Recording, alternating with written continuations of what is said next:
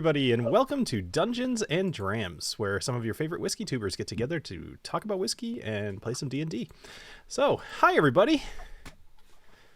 Welcome. I just want the world to know that part of the countdown now is Ed make a face.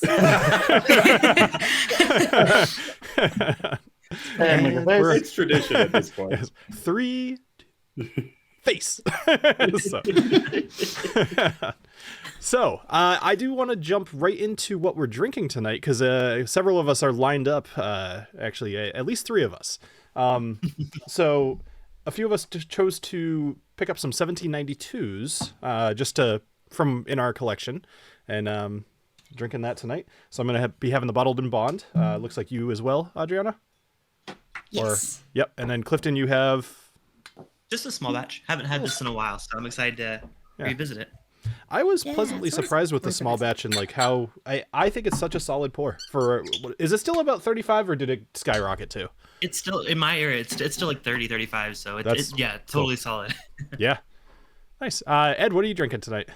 So I must have gotten my my messages mixed up because I thought it was a rum night. It's gonna be a rum night. Oh, it's a rum night too. Okay, good. No one told me it was rum night. I could have also grabbed a rum. What? Where did this conversation happen? It was in the Discord, which, by the way, everybody joined the Discord. It was in the episode discussion. I'll start with the small batch, but I got to work my way up in proofs. I think I'm going to grab one of the new, one of Jason's new rums. Oh, Jason's walking away. I don't know if you can. I was going to say Jason heard rum, and I think he got up to go get something good. Oh no, you got the rum? Yeah, I got all 3. Which one should I grab? Dude, do the 10-year. The 10-year? All right, I'll go grab that. Nice. Cool. And everybody in the chat, let us know what you're drinking tonight. Always fun when you drink along with us. Let's see. We got 1792 and that's Nick. I suppose it makes sense that he would also be able to drink what you have next to you. What do we got? Apparently he found the small batch that I couldn't find. So oh, nice. Yeah, these are the new Rolling Fork single casks. There are 2 picks that Jason and Darrell and it was a great group of people. Of course, Scott and man, I'm not good at speaking for this. I bought it. I didn't get sent this. I paid for this. Nice. But they did a 10-year pick, a 9-year pick. Both of those were finished in. One of them was finished in Elijah Craig barrels. One was finished in Woodford Double Oak barrels. And then they had a 17-year lost cask bottle. So it's all Barbados rum. I'm very excited. Ooh. Oh, Jason's back, so he can actually explain this. I'm just spitballing here, Jason. Oh yeah, no, you're pretty much you pretty much nailed it. It's basically Foursquare rum. So if you know Foursquare, that's where the rum is sourced from Barbados, and 10 years. I think it spent almost 2 years in the Woodford Double Oak cask, and then it spent a year and a half and then 9-year in the Elijah Craig barrel proof cask. So, well, so along the lines of also barrel or bourbon barrel aged. What's that? Because there was 3 picks, right? Was that just one of them?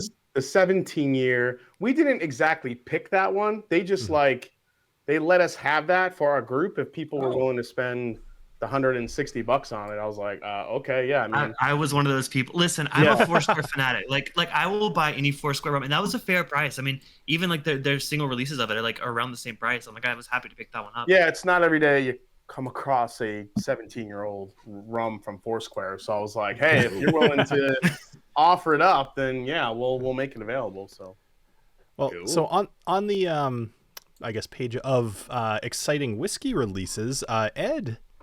Oh, I watched your video the other day. I was very happy for you. I was going to wait to announce that until next week when I'm hoping you guys will all have sample bottles. Well, then I won't say anything else. This video, but I love the teaser. I'm very excited to hear this. Yeah. I'll tell. I think we wait so we can all have it together. That sounds great. Okay. Yeah. Quick tease for next week. Yes. Nice.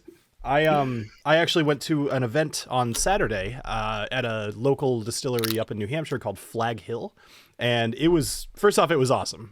It was kind of like it was one of those instances. Now, Ed, this is going to be like nothing to you, but I'm sure you guys have been to things where they'll have multiple age ranges of something that they're aging, and so it's like, oh, everything is identical except this is 2, this is 5, this is 7, and then they were releasing a 10-year bourbon, all their own distillate and everything. So the company's name is Flag Hill. And I had a really, really awesome time. It's been a little while since I've done any sort of whiskey event, so it was a good one to jump back into. But my wife and I actually got away for the night, and we both went up there. It was like date night, and I dragged her to a whiskey tasting.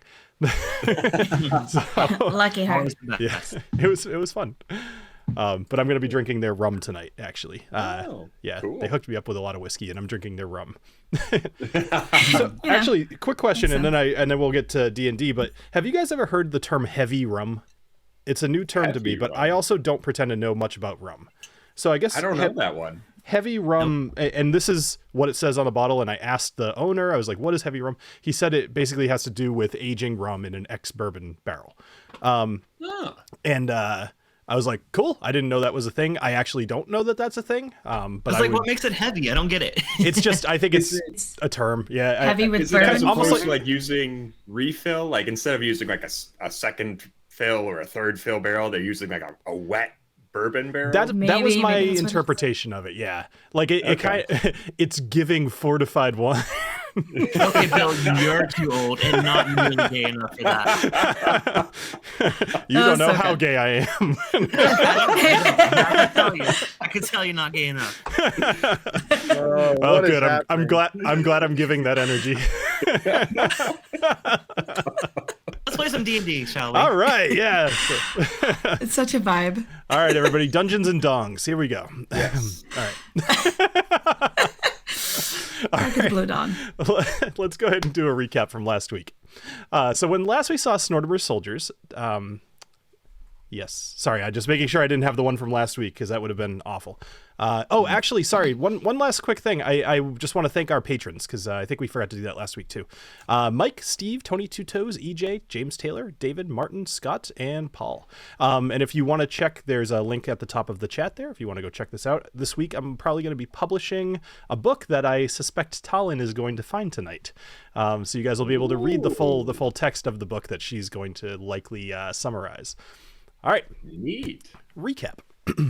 When last we saw Snortimer's soldiers, TaLin had awoken, fully recovered from her run-in with the Intellect Devourers, and the team came together over breakfast with Captain Magnus Stormrider. Over coffee and bacon, the group discussed who they were, where they came from, and where they were heading. They also divulged information about Vutha the Drowned, and learned that Vutha has likely become a revenant, an undead motivated only by revenge, apparently only at Alessio. Breakfast was interrupted by Ragnar accusing Knobolas of flirting with his wife, Alicia. A private conversation saw Knobolas, Ragnar, and Alicia having a discussion out on the Dragon's Breath balcony. Accusations of infidelity and confirmation of those actions saw Alicia channeling a dark power and pushing Ragnar off the side of the skyship. He plummeted thousands of feet to the ground below. Only the truth of his situation is known currently to Knobolas and Alicia, and they likely won't be able to keep it a secret for very long. Before we wrapped up, a group of Dragonborn Griffin riders from Glen Draconic landed on the deck of the ship. They were instructed to head back to Erngor-Zuik and see if they could help rescue any survivors. Our heroes are now midday through their first day in the air. They're heading back towards the Dark Timberlands. On their way to Erngor-Kazord. Let me go ahead and bring up the tabletop here. And I'm going to bring up the map just so you guys can have an idea. So there is a little skyship on the map now, just to kind of give you an idea of where you are. All right. So. Oh, yeah, look at that. This is you. This is the Jewel in the Mountain's crown. You guys have left Erngor Skyport. You've just kind of headed past where the Thunderhowl Mountains are starting to end. And off to the starboard side, you can see in the distance the Disintegrated Peaks, which are a just completely decimated mountainous region that has essentially exploded with multiple volcanoes. And you know to be the home of an ancient red dragon named Fireclaw. Now, you've opted to take the long route around the Disintegrated Peaks, not feeling overly confident in your ability to kill off an ancient red dragon. And so you're going to be heading towards the Dark Timberlands and towards the city of Gleam Shadow, which is an elven city. And later on, if anybody would like to, you could roll history and we'll see if you know anything about it. But let's get back to the deck of the ship. I really like the name Gleam Shadow for a town. Yeah. I actually created that. I created that town or that city as one of my the AI videos that I did. Oh, no kidding. Okay. Yeah, so I went those AI videos, Bill, because they seem to be doing well. If anyone hasn't seen those, they're really fun to make. So thank you. I hope people are enjoying them. I do know that much of our audience came from them. Promote it. Awesome. All right, so you guys are still on the deck of the skyship, the Jewel in the Mountain Crown. At the moment, last we saw, Agnomeio had stormed down below deck, upset that you guys weren't going to go fight an ancient red dragon, and he said that he was going to go jump and dance on some tables or something. So TaLin, Booker, Knobolas, and Alessio, you are still on the deck with Magnus Stormrider, TaLin Windrider, who is the first mate, and that's it at the moment. What would you like to do? All right. That was a good breakfast. Did we decide on our roles that we were like to help out on the ship? That was going to be my next question. I felt like when we left off last week, TaLin Windrider was going to give us some, or not TaLin, maybe Magnus Stormrider was going to give us some jobs to do on the airship. Absolutely. So after you guys kind of talked over breakfast, and you had mentioned how you had been on a ship before, so presumably, unless you choose to tell something untrue, which absolutely is an option, if you'd like to let me know, we'll assume that you told him what you did on the previous boat. Mm-hmm. And Agnomeio, you could be part of this conversation if you decided to. We could, but if you decided to storm off down the stairs, then that's totally fine too. I'm too busy. Tables. Jumping on tables. Flipping tables. So Magnus instructs you, Alessio, which remind me, I believe that you were a navigator on the boat, correct? On the boat I was, yeah. I was on the top of the old crow's nest. All right, so Magnus points over his shoulder back towards the aft of the ship. A small little small little room is built on top of the deck, and you see through a little window that there is a pink-haired gnome, the one that was on the tram with you, Felicity Gearspark, and she is sitting in the room.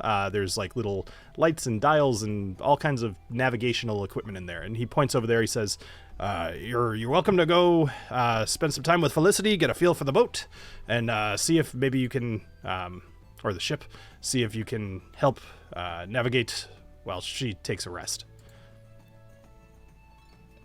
I kind of look at him and I kind of like glance over behind him and I say, "Yes, Captain." All right, cool. So I'll just drag you over there for fun. Make things easier. So Knobolas, what did you do on the boat? Do you recall?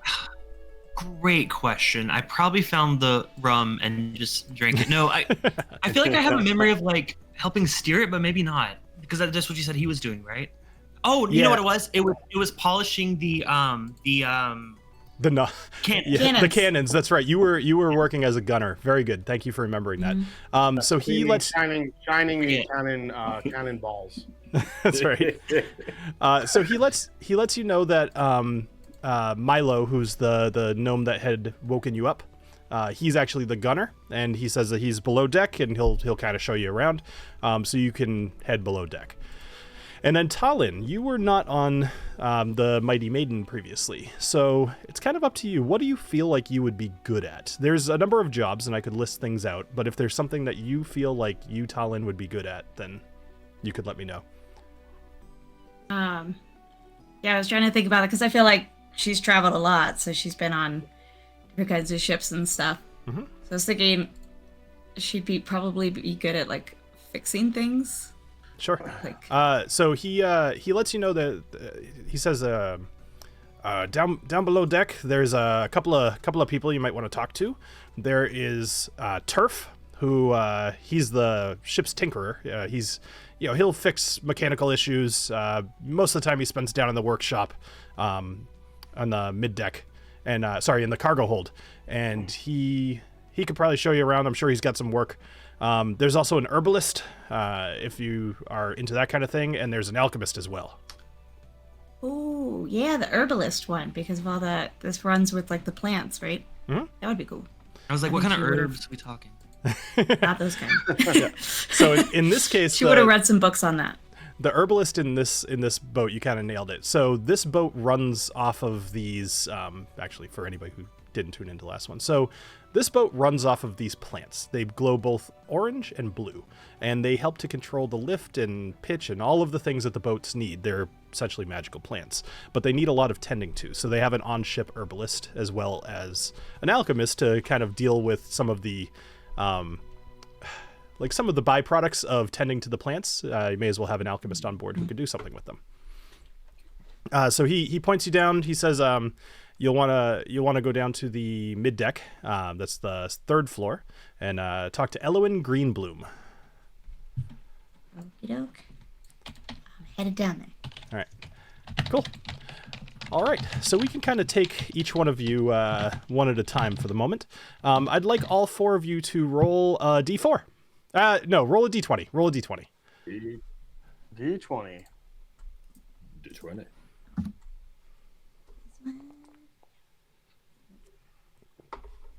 All right. 18. So Knobolas will start. Oh, there we go. All right. So Knobolas will start with you. All right. So Knobolas, Milo. Let me just kind of go down here for a minute.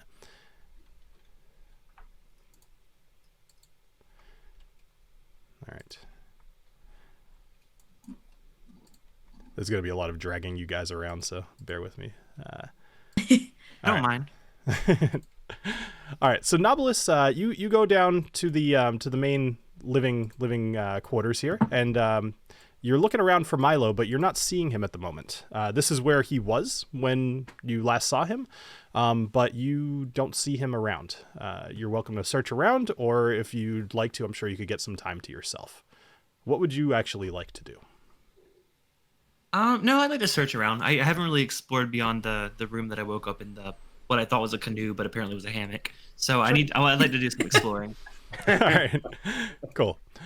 So you are exploring a little bit, and you're kind of poking through some of the rooms. Are you opening closed doors, or are you just kind of walking around the normal path of the ship? Yeah, no, I'll open some closed doors. I know this dining room area because we were there earlier. I do see a couple of closed. There's a one to my left and one to my right. Mm-hmm.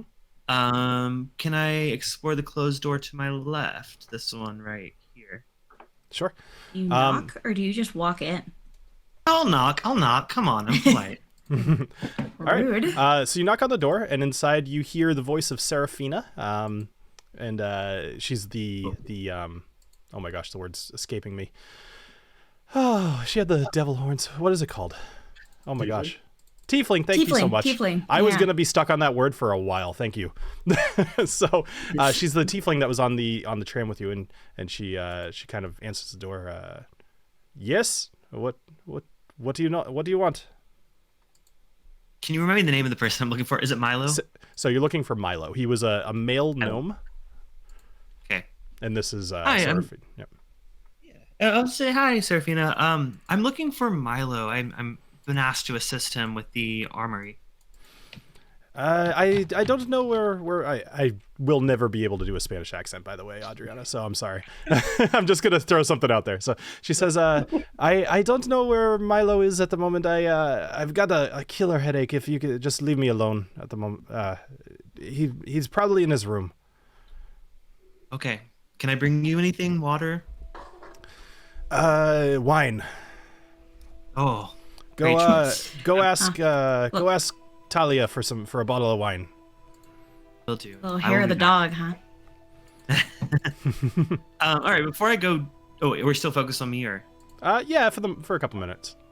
Okay. Yeah, I'm gonna go check this door across from here just kind of lay the land here. Sure. So you knock on the door. No answer. Is it unlocked?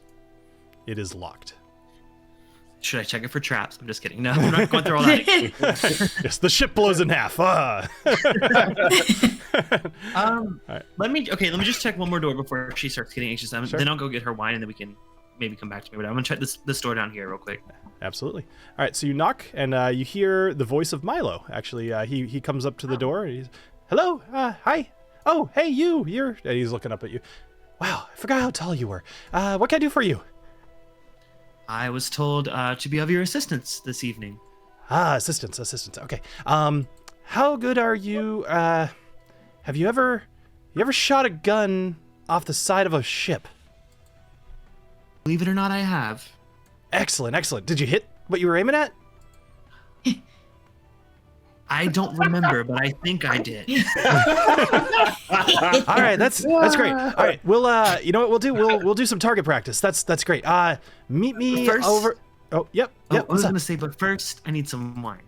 Some wine. Oh, go talk to Talia. She'll be on the other side of the galley. Great. You want some?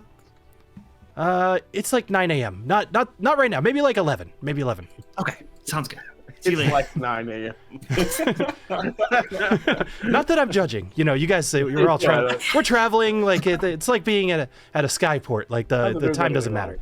Yeah, exactly. Sometimes that helps you aim, kind of thing. Right. Absolutely. Studies the shakes. There you go. He says to meet me on the Dragon's Breath balcony later, and I'll show you what we can shoot. Sounds great. All right. So are you heading to the galley to go talk to Talia? Yes. All right. Is that this room to my left? Yep, to the left. So as you enter the galley, you see Agnomeio standing on top of a table, and I'm that's not staying. On a table. I was just gonna say that's as far as I'm gonna take it. Yeah. go I ahead. am angrily, poutily river dancing. Just check it. Did little Grizz just pass out on the other table, just like No, I'm holding recovering? little Grizz like a baby. I'm just furious, just angrily river dancing. Little I'm just gonna Grizz's nod my head is head. just kind of like really heavy. And he's like, fine, whatever. I'm just gonna stare at them as I walk by, just confused but also amused, and then I'm gonna go see Talia. All right. So you walk in to the kitchen or kitchenette, whatever you call it, galley. And Talia is working on cooking something up at the moment. And she turns around. She says, "Oh, hey. I never got your name earlier." I am Knobolas. It's a pleasure to meet you, madam. What was your name? My name is Talia, and Talia Ravensong, and I couldn't help but notice something. Or am I noticing something earlier? Like I don't want to be too forward, but I also have learned on the ship that being forward's not the worst thing. Time is a precious commodity. I don't like to waste it. You caught me. I did take a banana from the kitchen, and it was in my pocket. So yes, that was the banana in my pocket, Talia. Well, or are we referring to something different? Sorry. No, it's she looks. You must have eaten it at this point. That's fine. I don't see it anymore. What can I do for you? What are you here for?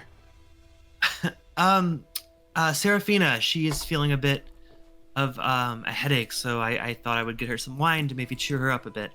That's okay. Do you have a few, maybe a bottle or so? Not a surprise. And then she turns around to this keg that's right behind her, and she starts filling up a very large goblet of wine, and she hands it to you, and she says, I'm done after dinner. Maybe you and I could meet later on the balcony.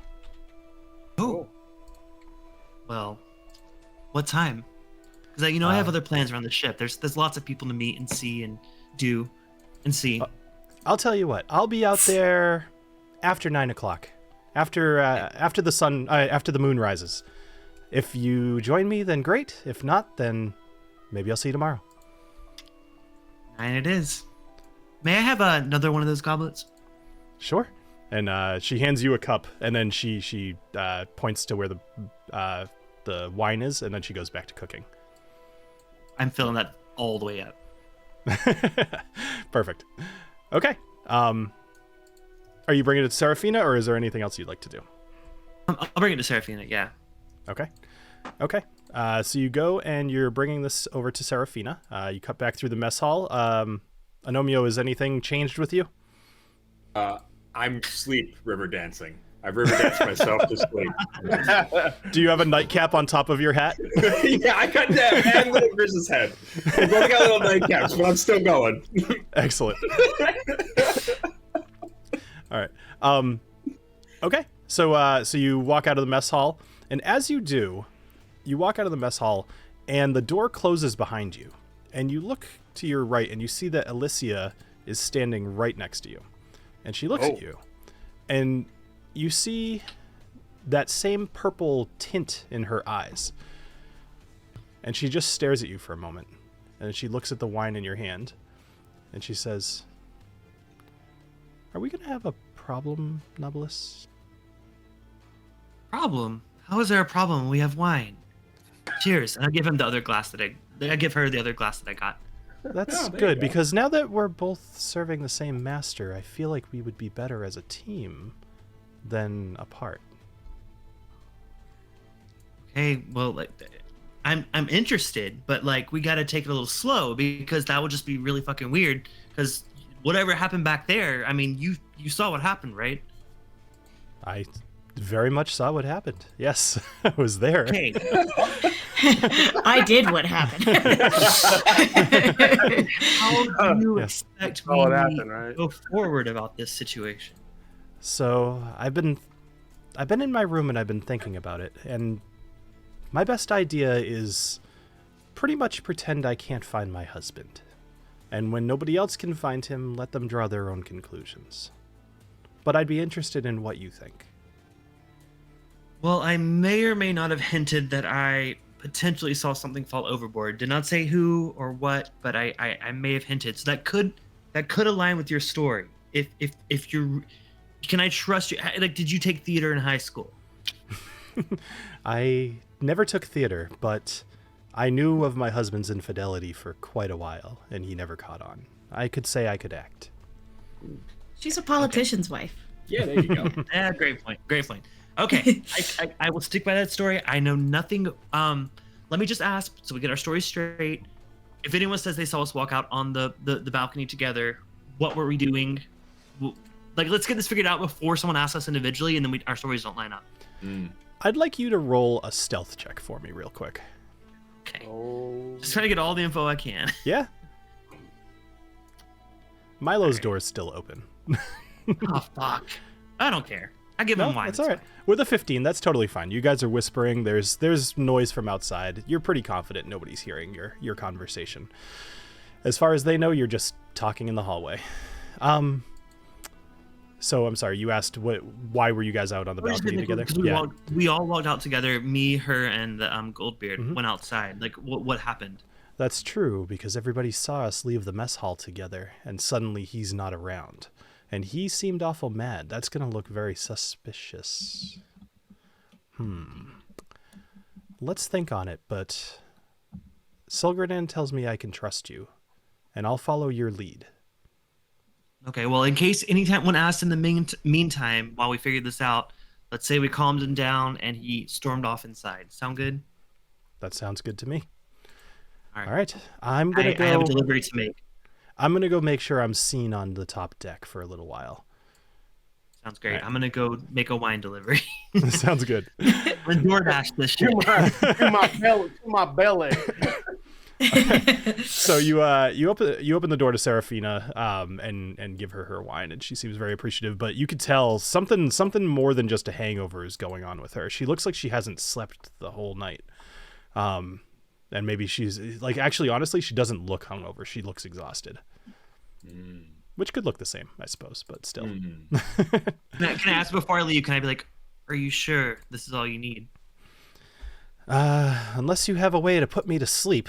I don't know what's happening, but I just have this really uneasy feeling.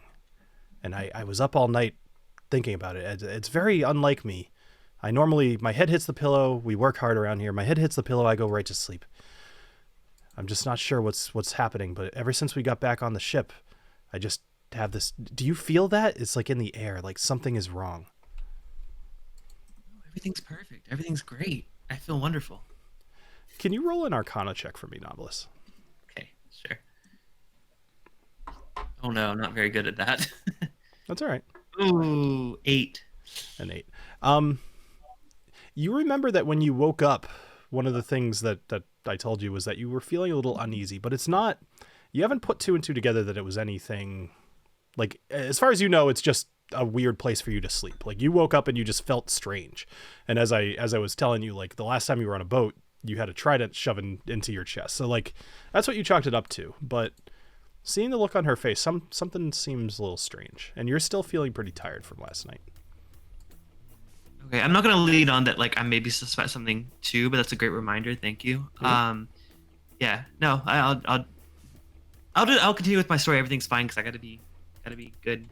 Perfect. Really cheery here. All right.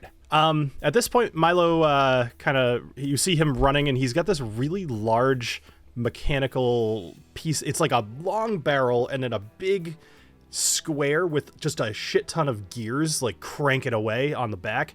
This thing looks like heavy artillery, and he smiles at you, and then he runs to the back of the ship. And he says, anytime you're ready, this'll be really fun. Whoa. Slow down there, kid, and I'll chase after him. All right, sounds good. All right, so we're gonna go back over to Jason, who rolled a 13. So Jason, Alessio, you are up on the deck, and you see Felicity Gearspark sitting in this little navigation room. As you walk in, you see all of the mechanisms in this room are way larger than what you would think would be comfortable for a gnome. Even the chair, just kind of like the stool, kind of dwarfs her. But in this room, there is two of the plants. There's an orange plant and a blue plant. And Felicity takes a couple minutes. She greets you. Oh, hey, Alessio. So nice to see you. All right. Here you're going to be helping me out with the navigation here. So I want you to, there's a whole bunch of books behind you. If you need to know anything, I'm sure the information's in there. And then she's talking like 100 miles an hour, and she's starting to show you all the gears and everything. And then she says, all right, this is the really fun part. I want you to go touch one of the plants. Which one are you picking? Orange or blue? Touch one of the plants. Uh-huh. I'm going to go with the orange plant. All right. So you walk over, Turns out and that's the snake plant. What? Yeah. You know, That's the snake Vutha plant. Yeah. right. We have to stop making the snake jokes because it's gonna ruin it if I actually hide a snake in something. Yeah, that's fair. which is probably part of the plan. By the way, so I'm gonna switch over to this heavy rum. So I'll let you guys know if it's what I think of it in a minute. How heavy is it? It's He's so not heavy. He's my rum. Wait, but what's the proof though? That's Hold a on. legit question. It's got those little ties on the side, and they're not ripping. So I will try to get a pop. Come on. It didn't do it. Hold on. Ruining everything. Okay, hold on. I will tell you the proof in just a sec. I'm just excited about Join this our one. Join our Patreon so that Bill can join a gym. Oh, that hurts a little bit. It just started getting cold up here in Massachusetts, so I stopped running too. So I'm feeling heavy rum. You offended him, Adriana. How dare you? All right, so it's a 6-year-old. I'm gonna get killed. It's 45%. All right, I'll try that in a minute. Sorry. A little heavy. Little heavy. All right, fine. You know what? I've already interrupted. Let me take a sec. Might as well. Sorry. Do it. Okay, it's a little lighter than I was expecting, but actually the finish is pretty. As opposed to heavy. I'm sorry. I was just about to say the finish actually. That's where I think it earns the name. It's drinks hotter than 45%. Whatever. This isn't a rum review channel. Okay, Alessio.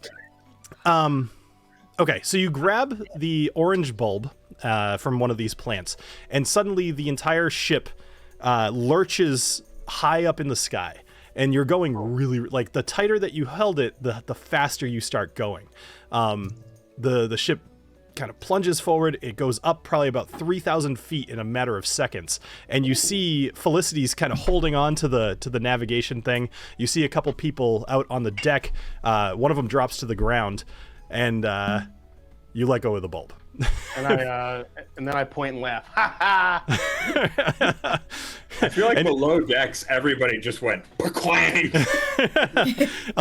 Agnomeio falls off the table, but you hold little Grizz above your head. So yeah. So Felicity smiles at you and she says, yeah, so you want to be a little careful with those. That's totally fine. I probably should have warned you.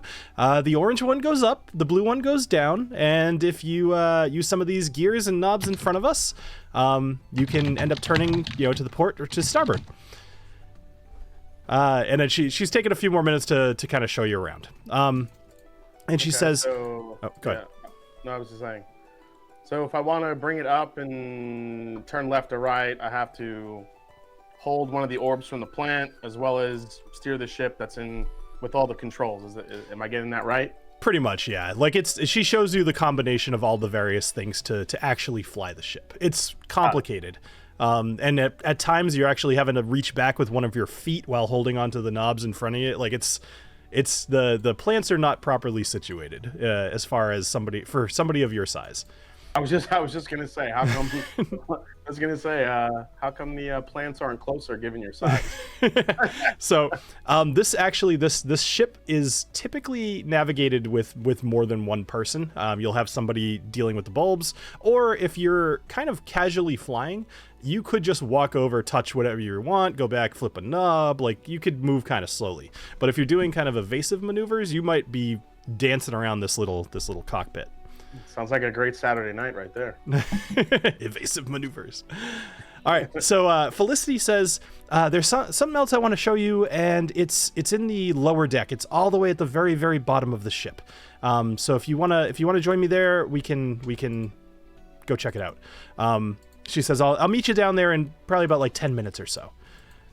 So same kind of question for you. Is there anything that you'd like to do in that 10 minutes? No, I'll just follow her down. Okay. All right. So she says that she'll see you in about 10 minutes, and then you awkwardly follow her very closely down the stairs. Just like kind of, I guess we're going to the same place. I'm just going to practice my stealth as she's walking away. There you go. All right. I'm just imagining you doing like ridiculous rolls kind of thing, like rolling around. And... like somersaulting, like going behind the pillar. Just be like in a full crouch everywhere you go. Right? Snake. All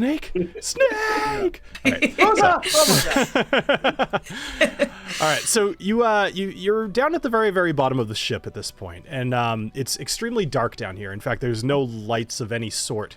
However, as actually I believe you are an Eladrin, so I think you have dark vision, and so does she.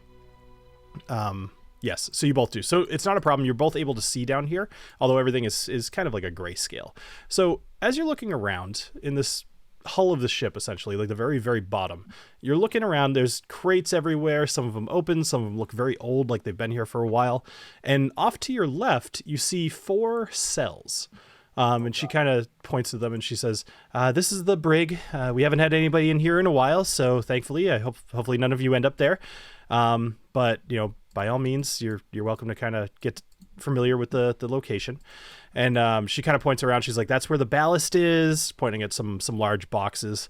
And she points at some levers on the wall. And she's like, if for whatever reason you ever need to ascend extremely fast, if you pull those levers, it will drop ballast out of the bottom of the ship and will elevate. But it's very hard to come down after that. You actually have to wait a while for the plants to start dying. So it's very much an emergency reaction.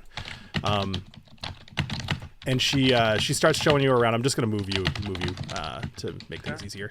She's showing you around, and she shows you a couple of what would you call it, like trap doors in the floor and a pile of ladders. And she says, if we ever need to park over a skyport or something, and they don't have a good way to land, we can get out through these hatches. The ladders are there just for convenience, but usually you could just kind of drop down. But everything else, I think you could probably learn on the job. Do you have any questions?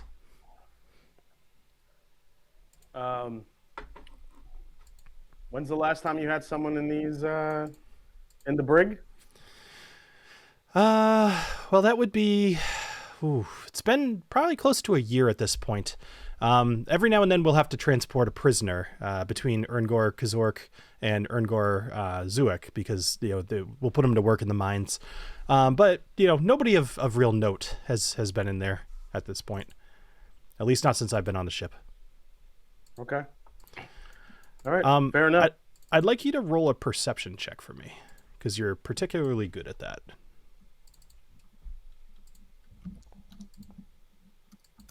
forgot how much I love rum. 9. Sometimes you're particularly good at that. I mean, I have a good perception check when I don't roll a 5. Right. All right. So you're looking around and you start kind of having this uneasy feeling, as if you're being watched from somewhere. Oh God. And Felicity kind of, she sees you staring off into space, and she's like, "Is there something wrong?" Are all these crates in this room? Have they all been here for a while? Some look newer than others. We took a couple on, not this current trip, but the last trip to Erngor Zuik. As far as I know, there's probably some sunstone in there that just wasn't unloaded yet. But in general, most of these have been here for a while. As you can see, a lot of them are open. We keep them here just in case we need extra storage, and the extra weight doesn't hurt. Is there anyone that stays down here permanently? Not unless somebody's in the brig.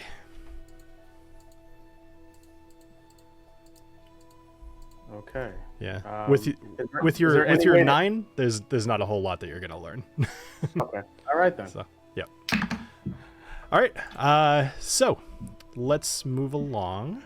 Unless is there anything else that you want to do or say? You certainly could. No, that's it in my big old 9. The last question I had was, is there any way to access these trapdoors from the bottom of the ship?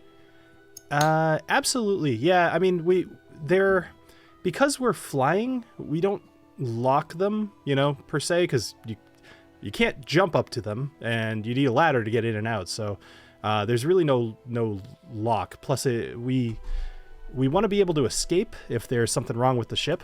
So we try to keep it easy. So potentially, I guess something could get in here. Yeah, good to know. She actually, with you saying that, she walks over and she's gonna make a perception check just to see what's going on. So she looked at that one. She's gonna go look at the other one and make another perception check.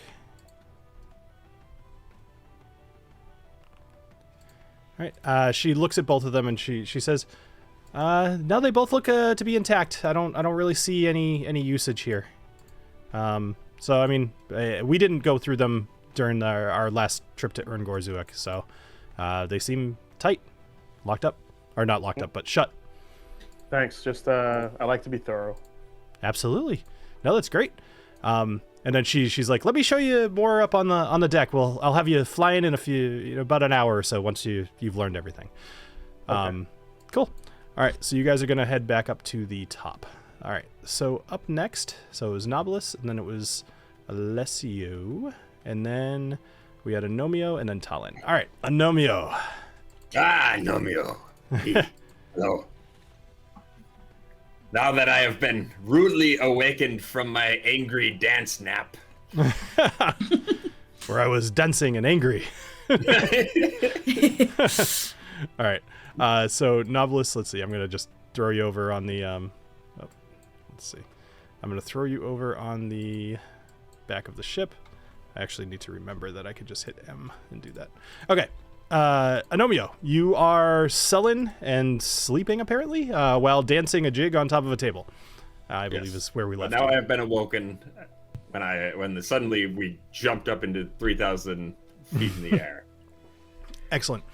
All right. So you did not get any sort of assignment at the moment. You are kind of you could certainly talk to Magnus, but at the moment you have no real responsibility on the ship. What would you like to do? Well, I think me and Lil Grizz are gonna go. I'm just gonna put him on my shoulders. Mm-hmm. Like kid at Disney World, and just. So now we're basically the height of a regular person. I was just thinking, I'm like, what is great is you're not very tall. Like... I'm just gonna waddle. I'm gonna waddle into the kitchen, see what's going on in here. Sure. You see Talia, who you had noticed earlier. She was the one that took your bacon.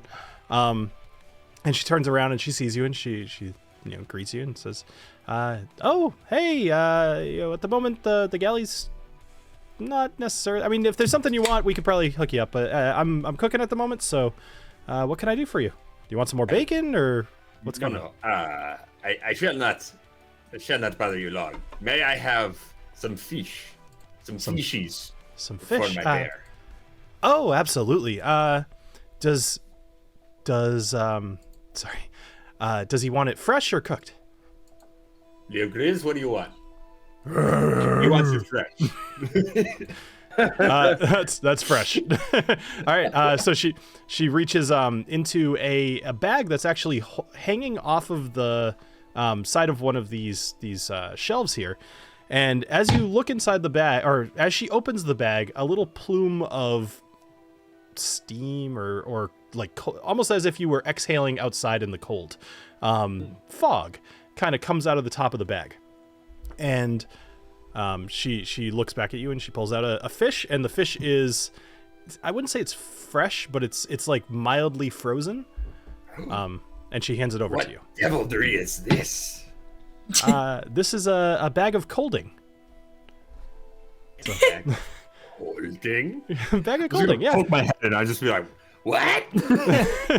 And I mean, I don't know how it would necessarily work, but if you look in the bag, you're gonna see a number of, like, you know, steaks and things that are all frozen.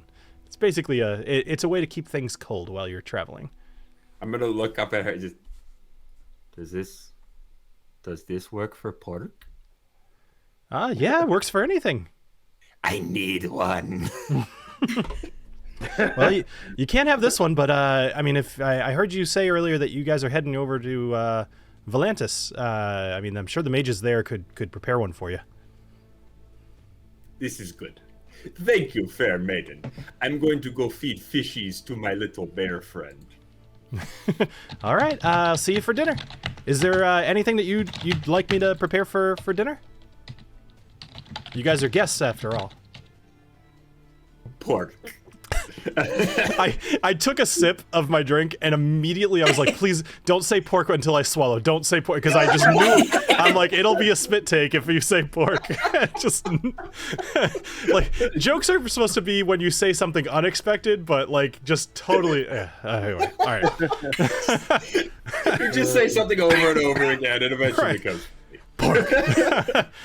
All right. So I want to take little Grizz out on the balcony over here. And Sure. We're gonna go sit, and I'm gonna.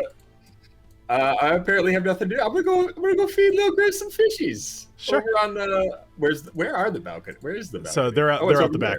Yep. Aha. So so before you head out onto the balcony, so as you walk by this room to the right of you here, you hear kind of like a muffled, what do I want to say? You hear a voice coming from inside this room to your right, and it sounds muffled. You can't make out what it sounds, but it sounds very kind of like loud and like that. I will discreetly and gentlemanly step slightly closer to the door and cock my ear. Sure. Make a perception check, because it's fun to roll dice. All right. I feel like little G's ears perk up too. Yeah, I know. He's also like a little claw on top of your shoulders. So you rolled a 2. Oh, jeez. So as you walk up to the door, actually, you go to put your ear up against it, and the door opens, and you see a human man. He's very tall, and he's kind of got like this white leather armor on, and he's got a white cape on. He's got white hair, or platinum blonde hair, I would say. And he's kind of standing straight up and down, and he says, "Hello, little friend. How are you?" Why, I am good, my large friend. Aha, Who might you be? My name is Roland, and I welcome you to the ship. I feel very welcomed. Why, thank you, Mr. Roland. Absolutely. Where are you heading this fine day? Well, I tell you where I'm not heading, to fight a red dragon. Ah, my friends yes. won't let me stab things. Ah, Fireclaw, I have longed for a battle with Fireclaw. I think there is much glory in it. I like this guy. This guy is my kind of guy. He notices you start to walk into the room, and he actually holds his hand. Ho ho, friend! Guests are not allowed into the armory, unless, of course, we are under attack. But since you're here anyway, and clearly a man of the sword, why don't I show you around?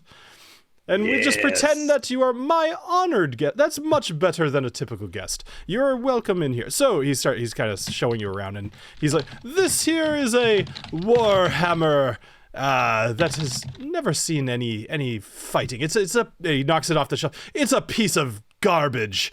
And he takes his own sword out of his sheath. He says, you don't care about anything else in this room. Let me show you this. And he shows you this blade. And as he pulls it out, it's a long sword. And the thing is, as he takes it out, it pretty much twinkles. It shines so bright, and it's absolutely perfect. It's clean. It doesn't look like it has a nick in it.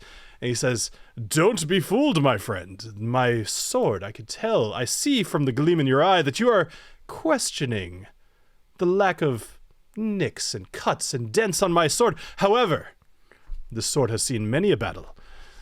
This sword, I would bet you dinner tonight that I could best you in a fight. What do you say? Oh, my friend, if it is a fight you want, then it is a fight that you shall have. And I too have a very impressive sword, and mine talks. Are you igniting your sword as you pull it out? Oh yeah, of course. I mean, like the full, whoosh. Awesome. I feel like we need a performance check to see if he just like accidentally gets stuck in the sheath and like he trips over. That's fair. That's fair. Well, so actually, I'll have you roll. Okay, a natural 20. All right. Well, I was gonna have you roll intimidation, but I think I'll take a natural 20 performance check. So as you pull the sword from the sheath, not only does it light a fire, but the Pyroxys's face actually just apparates in the air between you and Roland falls backwards onto his butt, and he goes, "What is this? What is this sorcery? You do not fight. You fight with a magical sword. That is not honorable." Oh, well, you fight with a shiny sword? What? You think just because my sword has a super cool fire demon in it, it's not just as good as your sword, Mr. Shiny Sword? My sword has a minor enchant just to keep it looking neat and tidy. Well, that's very nice. And mine has a super cool fire demon. Well, now let's go. If you plan on using that fire demon to fight against, I will not meet you on the field. That is a travesty. That is not honorable, fighting with and you see him, he's kind of just immediately like it's with your natural 20, like he's not boasting or really offended. He's terrified. He realizes immediately that he is outmatched. Oh, okay. In that case, you know what? If that is the way you feel, I just thought we were showing off our super cool, awesome swords. But if you truly will not fight me with my super cool, awesome, super awesome fire demon chocolatey goodness sword, I will fight with a sword of your choosing. All right. Well, I appreciate your gentlemanly. I don't even know, but he reaches behind him and he pulls out. He's looking and he's like, which sword shall it be? Shall it be the sword of Lithuan? Shall it be the sword of? Yes, I know exactly which sword to give you.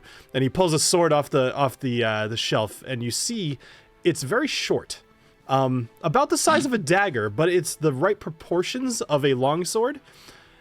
So if you picture like a cocktail, like the little swords that you used to get in a cocktail, except like the same kind of look, but large enough of a dagger. And he says, "This seems to be about your size. What do you think?" Well, it is a poor craftsman who cannot use any tool. All right. So here's I'll what. take it and I will brandish it forthrightly. So here's what I'm doing. I'm throwing a +2 dagger into your inventory. Okay. So that will be. It is a good sword. It's just tiny. And he laughs as you hold it up in front of you. So we're gonna do a real quick little thing here. We're gonna roll initiative between you and Roland. Okay. Oop, not great. 7. Oh. All right. Roland rolled 16 and a half, basically. He says, "Ha-ha, on guard!" And he comes right at you with his longsword. He's gonna charge at you, and he's going to attack you with his. That's your inventory. Sorry. He's going to attack you with his longsword. Okay. Natural 20. Ow. For 6 damage. Oh, okay. That's cool. Because it's just a regular longsword. It just has a minor enchantment to keep it looking good. But you find yourself pinned up against the wall here. So he is going to take a second attack against you with his longsword, and I'll actually make these public just so you can see them. The first one was a 15, which I think will miss. Mm-hmm. All right. It will. So when he misses me with that attack, I want to use my riposte, and I'm gonna use one of my superiority dies to as he pushes past me, I'll block it with the cross guard and slash back at it and close the distance and slash back up at him. Excellent. All right, go ahead and roll your attack. Attack with my little dagger. All right, and you as you're attacking, you'll probably have to equip it. As you're attacking, you hear in your head, because even though it's in the sheath, Pyroxis is still talking to you, and he's so a 19 will hit. So go ahead and roll damage. Pyroxis says to you, he goes, yes, kill him. This singe his cloak, make him burn. Oh damn. All right, 11 damage. I'm like, 11. All right. I look down and I'm like, Pyroxis, my dude, chill. All right. Later, we could do the murder later. Roland hears you saying this out loud. He just hears Pyroxis, chill. We could do the murder later. And Roland, he's still standing over you, although you did just kind of stab him. But he looks at you as you're stabbing him with this little dagger. And his eyes kind of like. Well, I don't want to like cut him badly. That's okay. But you guys are fighting. He says, You realize this is just a duel for fun, right? There's no murder. Oh no, I am well aware. You see, the genie that lives in my belt scabbard, he's a little intense. He's a little intense. All right. So, we're gonna do rapid fire right here. Let's. I'd like you to roll your next 3 turns worth of attacks, and I'm gonna do the same. And let's just kind of see how this plays out over the next 3 turns. 1, 2. Genie in a scabbard. I know. So do your normal 2 attacks per turn. Oh. Yep. Okay. What's your AC? 19. All right, mine's 15. Damn. Right. So his first 2 attacks will miss you. His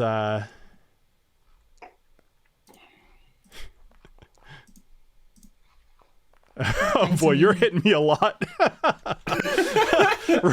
Roland is not faring very well. All right, 22. That's good for 3 damage. All right, I think it's clear that you are going to be winning this fight. All right, so Roland's going to hit you again for another 10. He is Noro. 13 total. But you've got what, 96 health still? Yeah, I have. All right, so he ends up doing a grand total of 13 damage to you. Which I'm guessing you've done quite a bit more. I didn't bother rolling damage, but okay, I hit him. Fine. I hit him like regardless. 1, 2, 3, 4. Yeah, right. I hit him a bunch. We'll say that you bring him down to 4 hit points because he had about 40 hit points, so that's about right. So Roland, he's like, Wow, that's. He reaches out. Can I see that dagger, please? Oh, I yield. Please let me see this dagger. What did you do to it? I flip it around. I'll hand it to him. I'll hand it to him pommel first. All right. You see him. He turns around and he's just kind of looking down at the dagger and he's, I failed. This dagger should not have defeated. I am Roland. How could I lose? And Sir, he looks back sir. at you. Oh, go ahead. Sir, you were not defeated by the dagger. You were defeated by Noro. Did you say Noro? I certainly did. The tales of your feats have spread far and wide across this land, and I know you well. And the tales of Roland Stormwind, are rivaled only by that of Noro. Can I roll real quick for history or something to see what I know about Roland Stormwind? Sure. Cute. History works perfect. 12. A 12.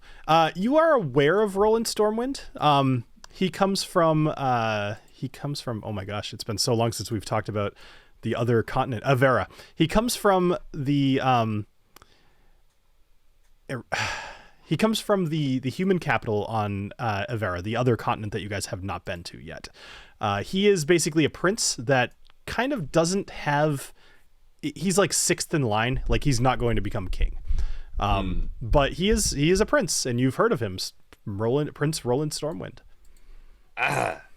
Prince Roland? I have heard of you. Your Royal Highness. I doff my cap. He actually kind of like grabs your hat and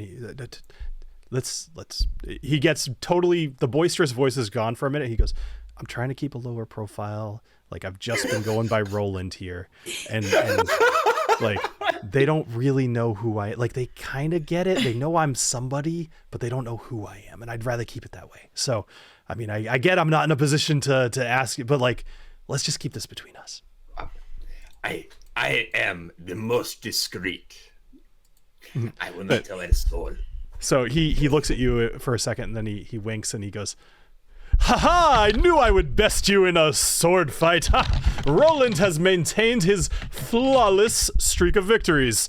And then he walks out the door, and you see he's kind of like he throws his cape back, and he scuttles off, leaving you alone in the armory.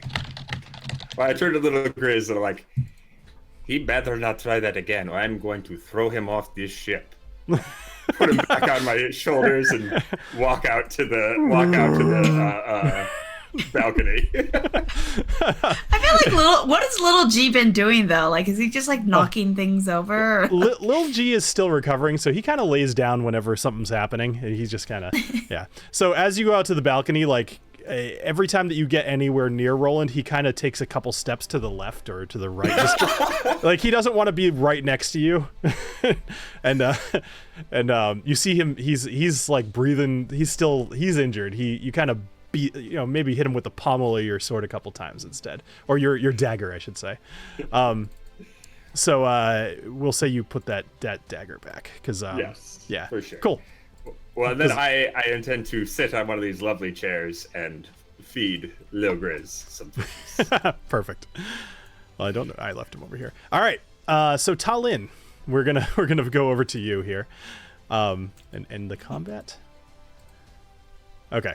So, TaLin, we are back up on the top deck with you, and Magnus, he just kind of gave you an assignment. He told you could go check out the Tinkerer or the Alchemist or the Herbalist, and you were like, oh, maybe I'll check out the Herbalist. However, he didn't really give, an Herbalist is not a time-sensitive thing, so you have a little bit of time. What would you like to do while on the ship? Okay, so since he didn't imply that she needs immediate help or anything, mm-hmm. And I heard we got a crate of books when we loaded up this ship. Mm-hmm. I want to check out the books. Perfect. All right, so you're going to head down to the, I believe it's the mid-deck here. I have 6 different decks to try to manage. All right. So, TaLin, let me grab you. Boom. All right. You and Booker head down to the mid deck. And as you walk onto this deck, it's very different than the others. You pass through the living quarters. As you were kind of walking by, you heard some like clanging of swords coming from the armory. And you hear just like, some boisterous like, haha, and then you hear Agnomeio, ho ho, haha. It's just a lot of that back and forth. I figure that's just like normal practice kind of thing. Right. Boys will be boys thing. So you walk by. So as you walk down to this deck, what you see is just a huge amount of plants. There's tons of plants, all circumnavigate. I don't know. They're around the inside of the ship, and there's a lot of windows on this deck. In fact, pretty much every wall is windows. So as you look out, you're kind of in the center of the ship, and everywhere that you look, it's like a panoramic view of the sky, and you could see some of the of Akari below you. You see some mountains in the distance, but for the most part, it's just all plants, and there's lots of sun in here.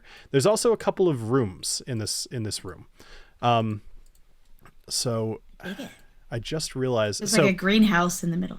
Exactly. It's perfect. I will just say, like, out of story, there's a book in the middle of the floor, and there's not supposed to be. I actually fixed the map before we started, but somehow it didn't refresh. You'll see it in a minute, but that's not actually there.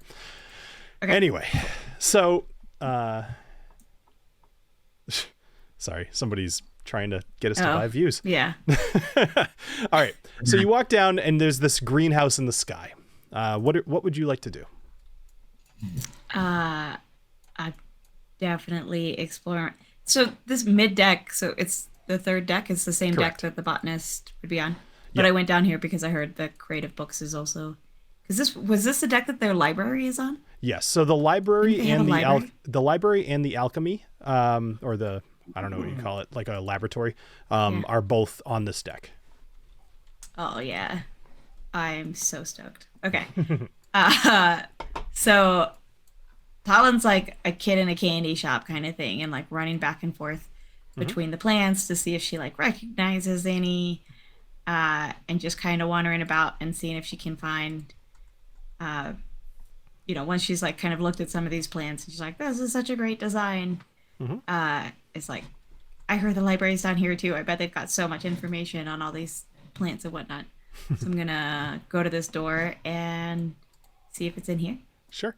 So you go ahead and knock on the door, and you hear a small voice inside.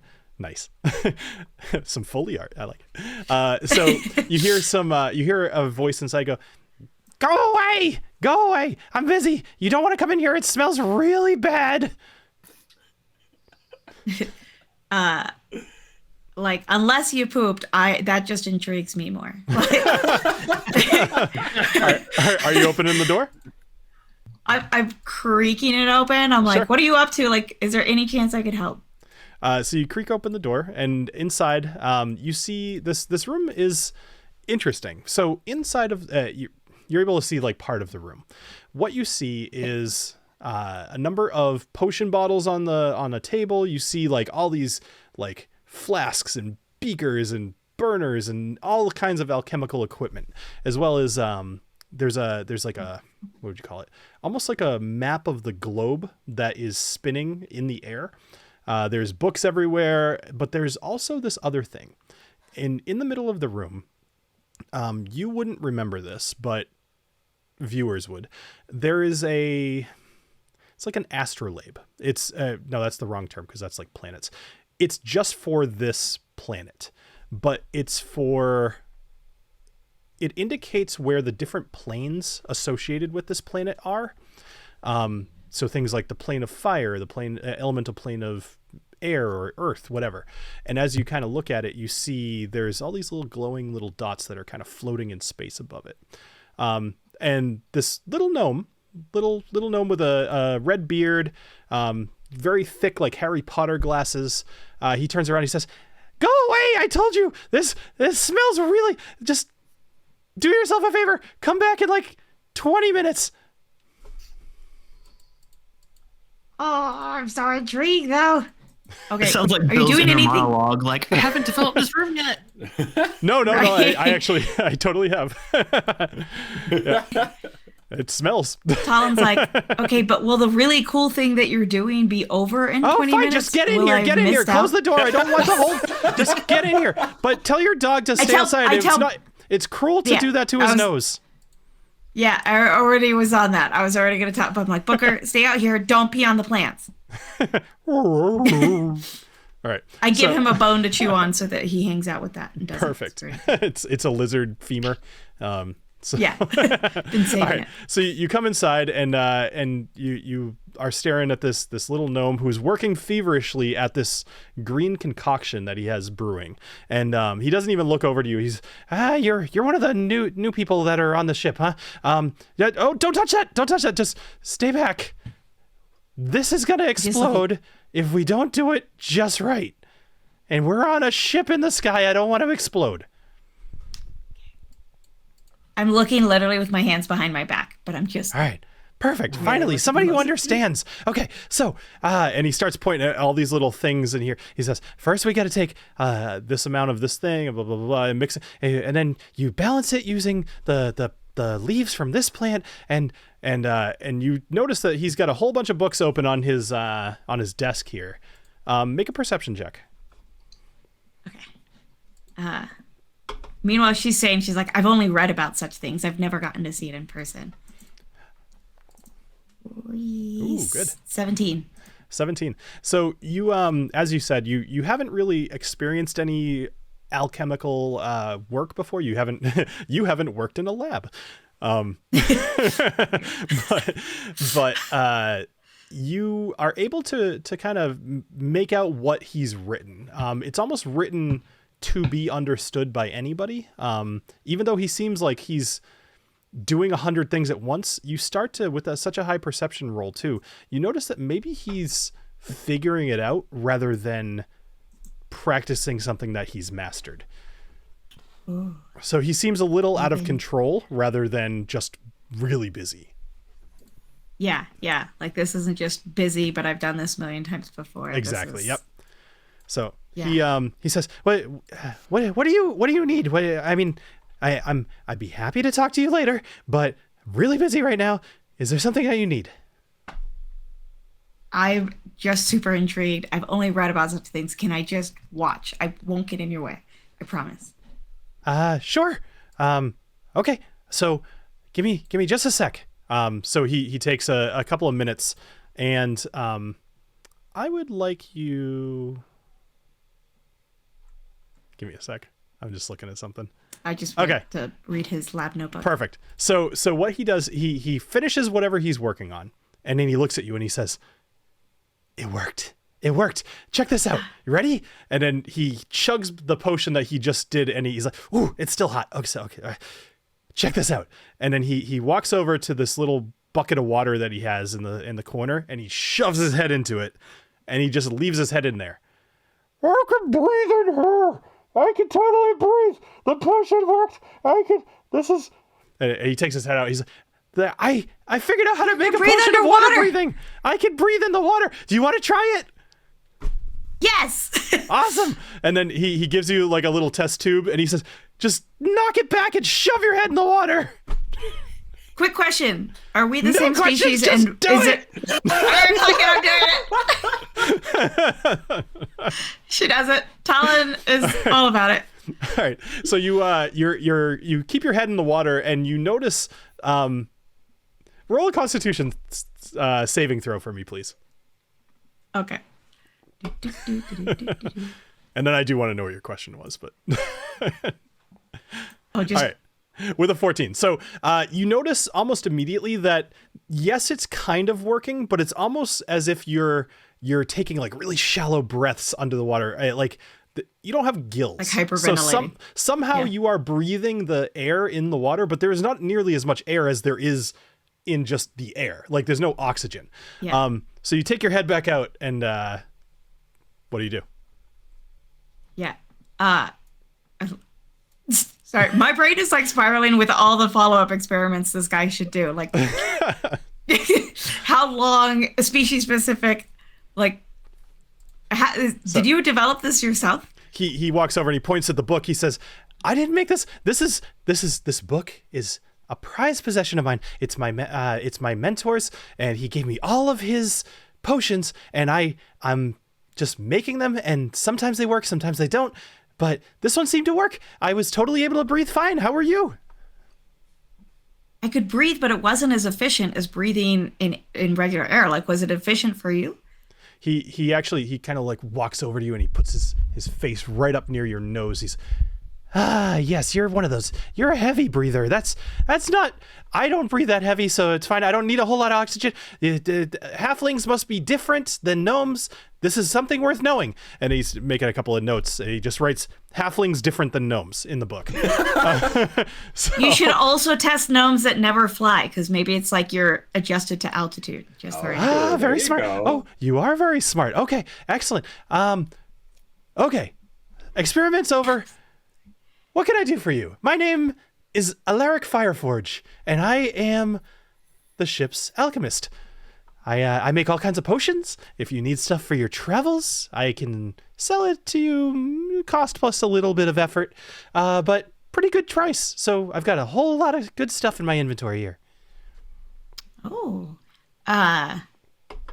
If I were to help you out while I was aboard this ship, could I maybe like get a discount on some of those potions? So I would say if you do your own labor, you can pay for the materials, and that's completely up to you. Just don't get in my way, because I'm very clearly a very skilled alchemist, and I do not like to be disturbed, but I only work like 2.5 hours a day. It's a long day, but like as long as you're not here when I'm here, then it's all good. You can use whatever you want. What? 2.5 hours. Clear you don't it's a work long in a day. lab. I'm exhausted at the end of the day. That is not how you work it. It takes 2.5 hours to prep the experiment. Whatever. Who's the alchemist in this room? Excuse me. Excuse me. Are you questioning me? Absolutely not. What's your name, by the way? I saw you. I heard that we had some guests, but yeah. Sorry, I'm TaLin Creek. We're traveling, hopefully, eventually to Volantis. But in the meantime, I've been researching and reading, and I've just never gotten to be in an alchemy lab before.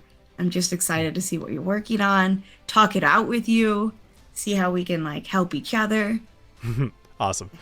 So he takes a second. He walks back over to his book, and he underneath where he wrote halflings are different than gnomes, he writes may have something to do with names starting with the letter T. So yeah. He's got no clue what he's doing. I'm sure that's relevant. It's definitely a variable. All right. He says, well, if you like to read, just the next room over is the library, and there's lots and lots of books there. We just got a bunch more. I haven't checked into them, but there's supposed to be some good books in there, and you're welcome to go check that out or use the lab if you'd like. Just do me a favor. Don't touch the thing over there, and he's specifically saying thing. Just don't touch that. It's very finely calibrated. It's exactly. It's very finely calibrated, and I don't want you to touch it. You can look at it, just don't touch. Okay, I promise not to touch it. Thank you. I was looking for the books to begin with. I forgot because I got excited about this. But tomorrow, when you're going to start your 2.5 hours, whatever your next experiment is, when do you normally start? I would love to. I said specifically you can't be in here when I'm in here. It's just but you're in here now and you let me in. So, and look how helpful I was. I was another person for you to test it on and see the differences. All right, tomorrow morning, bright and early, 10:30. That is true. if you're late, if you sleep in, I'll understand, but that's what I'm going to be doing, something very, very exciting tomorrow. I'm going to be trying to make us some potions of invisibility. If they work, we could have a whole lot of fun. Okay, I'm in. I'll be here 10:30. 10:30. All right, we'll see you then. And then he points to the door. He goes, "Now go away. I got all kinds of more experiments to do." You see him 2.5 hours? Bullshit. He picks up the bucket again and shoves his head in while you leave. This guy's screwed. So So you head back out. I'm presuming that you are heading over to the library, correct? Yes. Or are you heading to the library, or are you meeting up with the botanist? I think you've got time to do one or the other at the moment. I'm headed to the library. Okay. All right. So you do see Elowen. She's watering some plants at the moment, but you kind of just walk right by her, and you go into the library. While you are in here, is there anything in particular that you're looking for? Books on airship plants, blue and orange airship plants. Okay. Yes. I would say yes. You could absolutely find something. It's not a heavy text. In fact, actually, there's a note inside of the book that says that if you want to read more, there's more books up in the let's call it a cockpit, the navigation room up on the main deck. Yeah. Yeah. But in general, you kind of reading about it. They're cultivated by the Mage Guild on Volantis, and they are aboard many airships, as well as they are the main way that Volantis floats in the air. Oh. Okay. Okay. But like I've also figured, like in the way that when you actually go to a library, it's like, oh, I was gonna get a murder mystery book, and now I'm looking at World War II history or whatever. Like, yes, relatable. Perusing the shelves. Library. Yes. What? So what happens to everybody? So while you're perusing, you come across a book called "Whispers of the Unforgiving: My Dance with the Relentless Dead." Ooh. And this is a book, upon quick looking through it, that you, Adriana, read earlier, about revenants. You now know a bunch about revenants, or at least what you would have seen. This is a book that's written firsthand as a journal about somebody who is being hunted by a revenant and their interactions, as well as what they've learned while interacting with them. I'm going to need to see your notes on that, Adriana. I'm immediately reading through this and being like, oh my God, where the fuck is Alessio? And when's the next moon? Exactly. Right. All right. So you guys all spend the rest of the day kind of doing what your jobs were.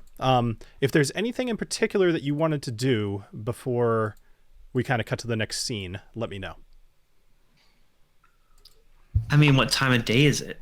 Sure. So let's say that you've all spent about 2 hours doing what you're doing. You've gone down to the mess hall. You're all having lunch together at the moment, and talking with the crew, kind of discussing what you've been up to, and you're getting to know everybody. Serafina is still missing. She's not at lunch.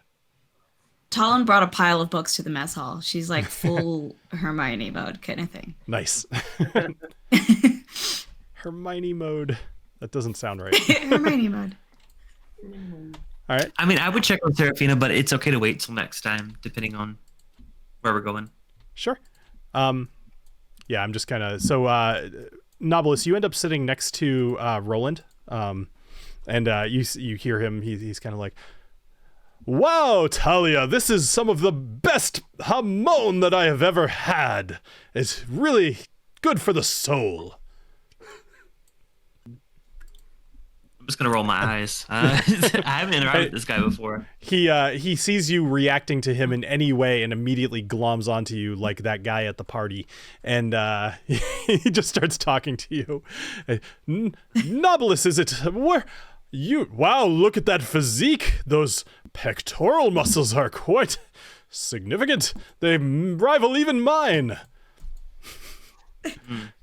All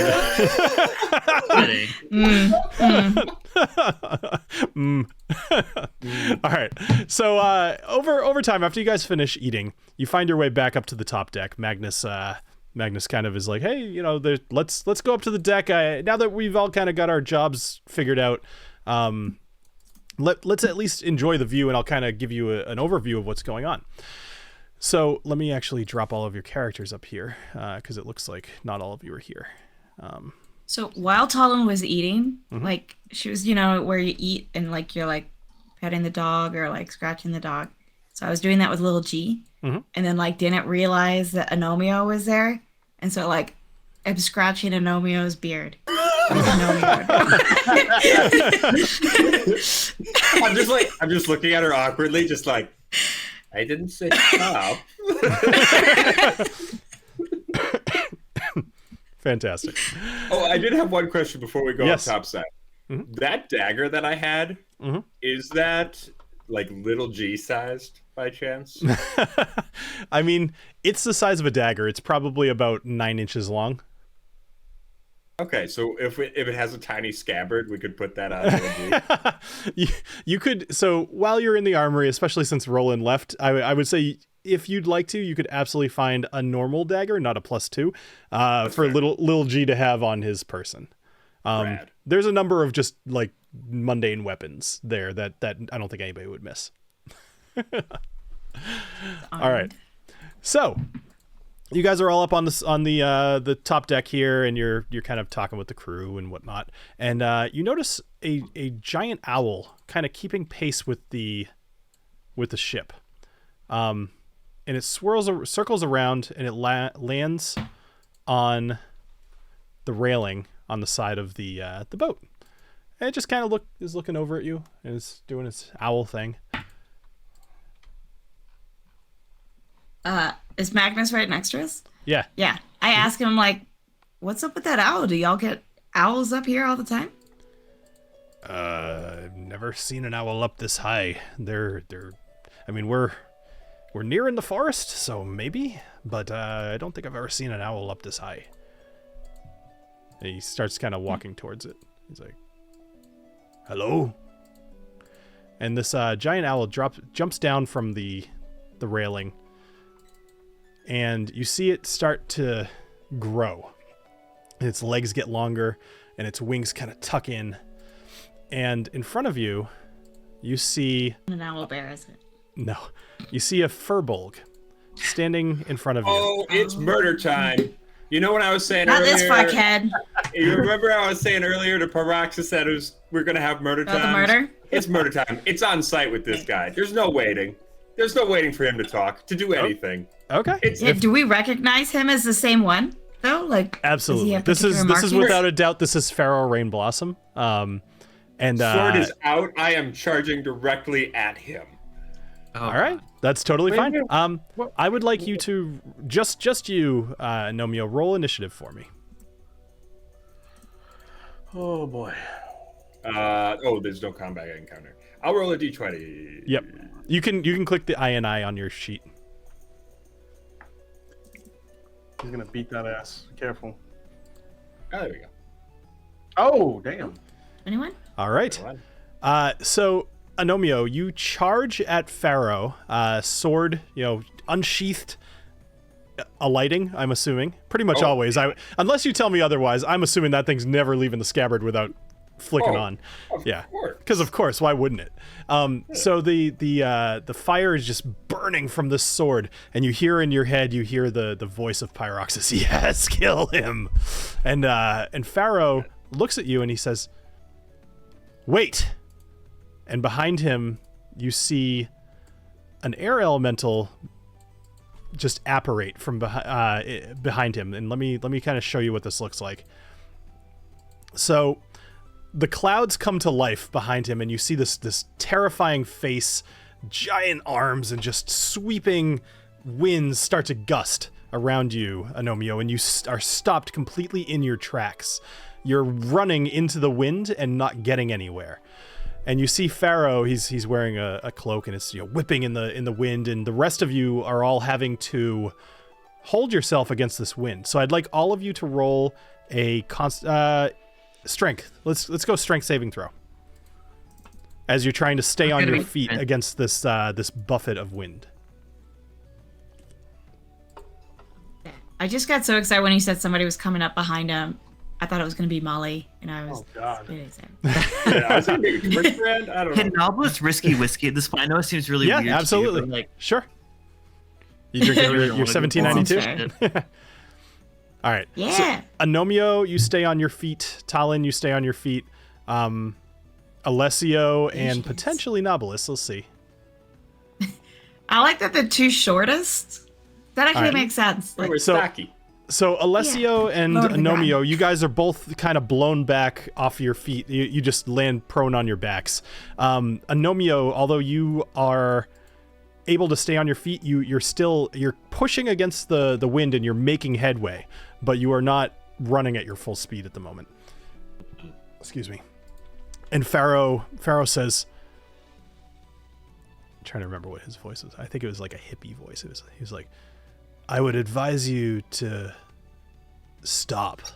We have a lot to discuss. Love and peace, man. Yeah. And then so on the port side is where the air elemental first came. You hear TaLin Windrider, he yells, we have another one over on the starboard. And you see an air elemental apparate, as well as 2 more at the rear of the boat on both sides. So there's now 4 air elementals all surrounding the ship. And the air is like the wind is whipping around you all and blasting through what had previously been some sort of force field that we talked about in the last episode, keeping the wind at bay. Doesn't seem to be working against these air elementals. You guys are essentially in the very center of a localized hurricane or tornado. Right. And completely immobilized unless you want to try to do something, which I'm totally happy to hear some ideas. Otherwise, he's going to start talking to you. Not doing shit. I yell at Agnomeio to stop. I'm like, these air elementals could really screw up an airship. Let's. I tell Agnomeio, I'm on my back. Put the sword away. Yeah. Let's see if we can avoid a crash. Let's hear him out before they take the ship down. So Alessio. I have an idea, So let me pause you for 1 sec. Alessio, you hear in your head from your sword, Rhymegeist, you hear, patience. Patience is always the right choice. Good decision. Talk my brother down. Yes. And Agnomeio, patience yields focus. Relax. We never do what I want to do. I want to fight a always dragon. do what I you want wanna to do the do. murder. Yeah, well, we want to live, so. Well, can I like analyze the situation to see if any of them are like actually looking at me? Because like I'm thinking about like doing invisibility and just like, I know there's a lot going on, but is anybody looking at me right now? I mean, Sorry. It's like, Agnomeio, brother and Rape, yeah. I had a Usually, plan with that, Bill. I wasn't trying to be I know. I'm confused. sorry. Go ahead. I couldn't resist. usually Can I really, like, Agnomeio, can I we see if dive anyone's into looking the at me? action to the fray. We are there to follow you, but this time we are on an airship. Yeah, well, Surrounded by air elementals, we do not have the advantage. that is Alright. fair. Go ahead, Knobolas. What were you gonna say? No, I look pretty exposed here. I would love to be able to like go on, be invisible, but I don't know if anyone's already seen me at this point. Well, at this point, yeah. I mean, you're right in the center of the top deck. You're among Magnus Stormrider, the TaLin Windrider, and I mean, Felicity Gearspark. Although you haven't really associated, like she can see onto the deck as well. People definitely see you. If you go invisible, that doesn't mean that you could hide. Being invisible, they would know you were there, but not where you are. So if that's what you want to do, you could certainly do it. Can I attempt to run downstairs and then turn invisible so no one knows I'm upstairs still? Make me a strength check. Roll over an 18, and I'll let you get yourself over to the Over an stairs. 18? There is no way in hell will I roll over an 18 of strength check. Do it. You only Do have it. you have a -1. I mean, you got to roll. You can roll a 19 or a 20. I like them odds. Oh, Oh! you roll. Oh! I believe I said it roll over an 18, didn't I? You said roll a 19 or a 20. You rolled a 19 and it roll a minus 19. 1. So that's over an 18. Oh! All right, Oh! totally fine. All right, I did math poorly when I said that, but I'm gonna hold myself to it. All right, so Knobolas, you're able to drag yourself. You actually go over Alessio's prone body, and you drag yourself down into the stairway here, where immediately the wind cuts, and you're not being just like totally, like, I don't even know, like abused by the wind. Are you going invisible? I'm going invisible. I want to. I don't know. I feel like it could be useful. Oh. All right. So let's do this. Invisible. All right. I'll make you invisible. There we go. All right. So you are invisible. You will still have to compete against, like, with strength checks to move through that wind, depending on where you're trying to go. But you are invisible at the moment. Okay. All right. Does anybody else want to do anything? Otherwise, I'm gonna, talk. Good. Oh, speak elemental. All right. So Pharaoh, he kind of raises his hands. He's like, relax, and the air elementals kind of relax just a little bit. There's still wind, but it's not absolutely just keeping you in place. He says, "Can we speak like people who can have a conversation? Are you going to charge at me again, or can I tell my friends here to relax?" I won't charge at you right now. Won't make any promises about later. Jesus, Agnomeio. You can't just say no. Can we just like pull Agnomeio back behind us, like Alessio and I? Can we just like kind of? Agnomeio, get back here. Speak. All right. So Pharaoh's gonna walk up towards you, Agnomeio, and Oh shit. he's gonna hold up his staff. Hold on one second. I'm just rereading this. It's been a while. Well, No, the okay. measuring So- staff. Where's the novelist? So he's gonna hold up his staff, and he's gonna produce a little, what would you call it? Like a little daisy. He's gonna hand it to you, Agnomeio, and just say, sorry, not a daisy. I totally screwed that up. He's gonna make a little pansy, and he's gonna hand it to you. And he's gonna say, here you go. The name is fitting, is it not? I'm just gonna flick it into the flame of my sword. Perfect. And he says, I want to thank you all for what you did for me over in Helixia. That was really nice of you to bring me back my book. I don't know that I could have done it without you. Also, just that extra little pain you were causing Thorak, it really helped to elevate the spell. Don't you think? Halix just bursting out of the ground. It was a thing of beauty. Halix. Never mind. I hate this guy. I don't want to hear him anymore. Halix is he's gonna I just can make that happen. it's taken a long time for me to come to this decision, but Halix is just gonna destroy everything. We need to start fresh. This world has been absolutely just destroyed by people who have no clue. They just take the planet's resources. They destroy things, and they just don't care. And I think it needs to come back on them. Look at Cinder Grove. It's been destroyed by the decimated peaks. That's all because of Volantis. Look at Mastic. It's disease-ridden. That was the humans. Hobblehaven. The dam that is at Hobblehaven, it wiped out my grove. That was what really did it for me. I was gonna take the peaceful route. But when I watched... Your logic doesn't make any sense. TaLin's like interrupting him. She's over his bullshit. Bullshit. She's like, your logic doesn't even make sense. So because we're destroying, you're going to destroy even more, and somehow that's going to reverse destroy? That doesn't make sense. You're destroying the land. I'm destroying the disease. air? The people. You are a disease. Can I Yeah? Can I stab him now? Yeah. I'm elbowing Agnomeio. I'm like, do it. Go. Read the situation. You tell me what you're doing, and things will happen. So And if you want to elbowing try him. to stab at him, that's totally fine. I highly If- nope. Listen, we are on an airship. There's elementals around us, guys. Around the airship. We have nowhere to run or go. Maybe just give him a little bit of we'll see what happens. But Why are you here, Pharaoh? Why are you even here? Yeah.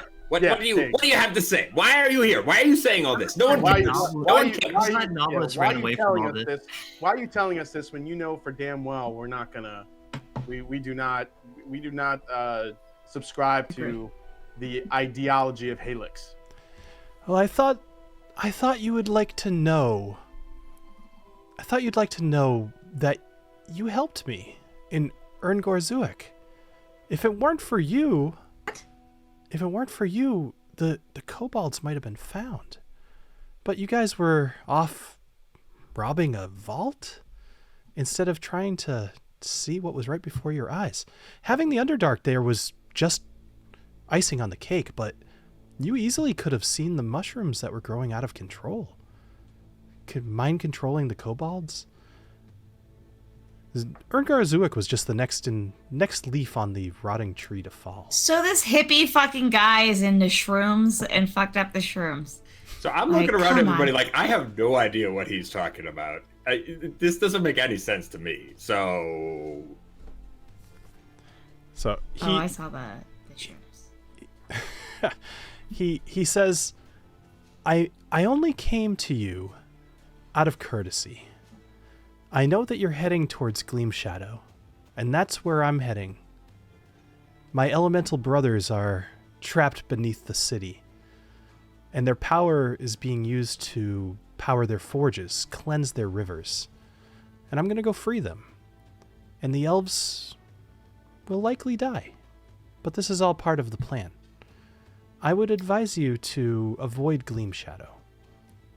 But if you don't, that's totally Going to fine. Gleam Shadow. Just know it's I'll go into that in a minute. If you decide to join me there, let me lay it out for you this way. There's a reason that you have been where I am the last few times that I've attacked a city. And I can't help but wonder if this is fate that we keep running into each other. And I would rather have you as allies than enemies. Clearly you're powerful. And he looks over at both Agnomeio and Alessio at your blades. You have the power of elements in your blades. And then he looks at you, Knobolas, and he says, even you have something, although corrupted, something that is part elemental. Actually, he doesn't look at me because I'm invisible. he's But super Oh, busy. you're right. I'm sorry. Yeah, I guess he says. Looks where you were. Even your friend who. Sorry about that. The nipply guy. Yeah. And he's more powerful than even he realizes. I'd much rather have him on my side.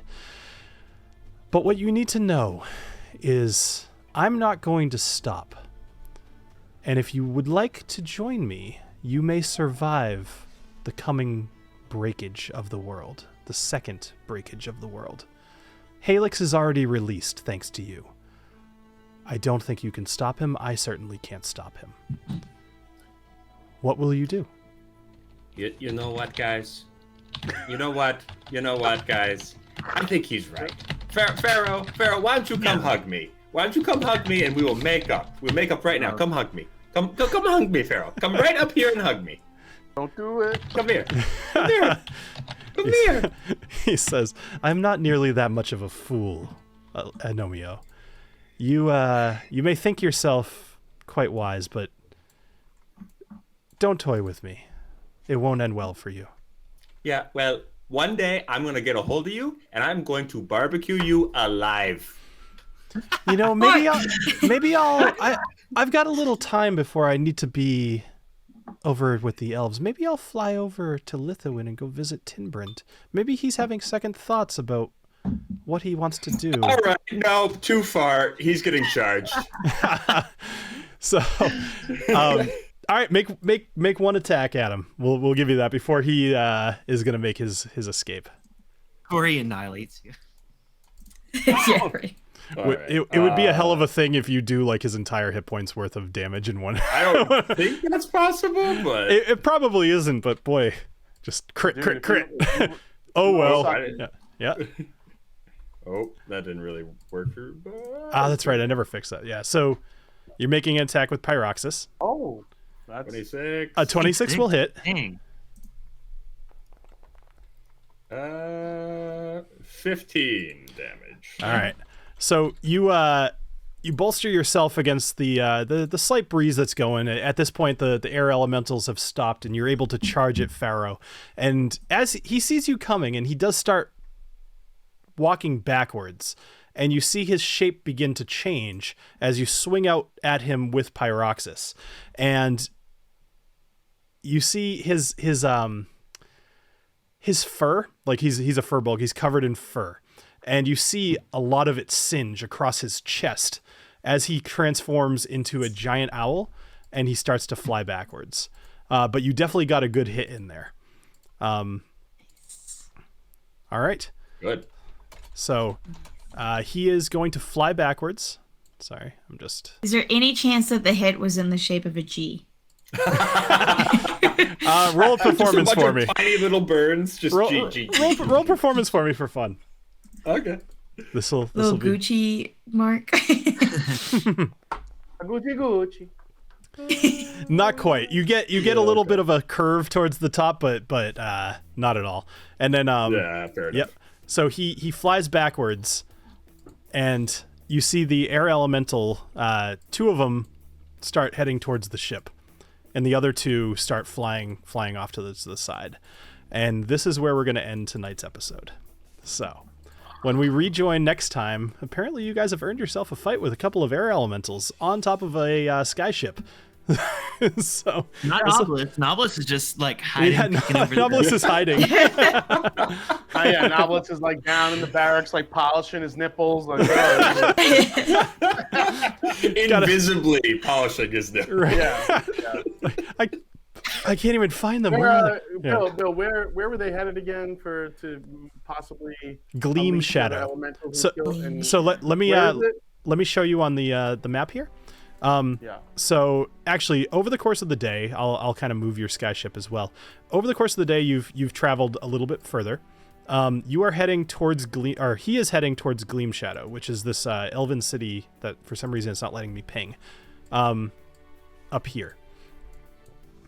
For the heck of it, is anybody trained in history, or would anybody other than TaLin, because and there's a reason for that, feel like they would know the major cities in the world, like in depth? Probably not. Nope. Okay. Alessio might if his uncle told him. Good point. of all this. I'll let you go ahead and roll history for me. Okay. The +5 on history. Come on. Hey, where's my guy? Where is it? Oh, yeah. Here, let's do that. Sorry. Boom. You're huge, Oh, yeah. Alessio. I am so big. A shadow spreads over the land. Yes, darkness Very Firefly overcomes. got nothing. All right.